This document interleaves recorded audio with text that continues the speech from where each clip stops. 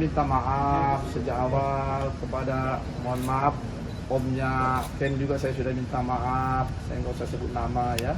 Saya sudah chatting beberapa kali ya, mungkin ada 20 kali saya chatting. Sempat ada pertemuan, Bang? Pertama-tama dulu ketemu, tapi kayaknya situasi masih belum kondusif, tidak tercapai ya. Tapi selanjutnya saya minta ke beliau, jadi sampai hari ini ya nggak apa-apa lah. Ini sudah jalan Allah semua ya. Jalan Allah yang ya pasti ini yang terbaik dikasih Allah buat kita.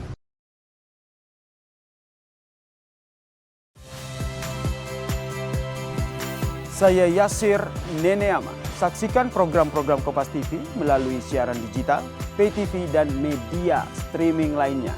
Kompas TV, independen, terpercaya.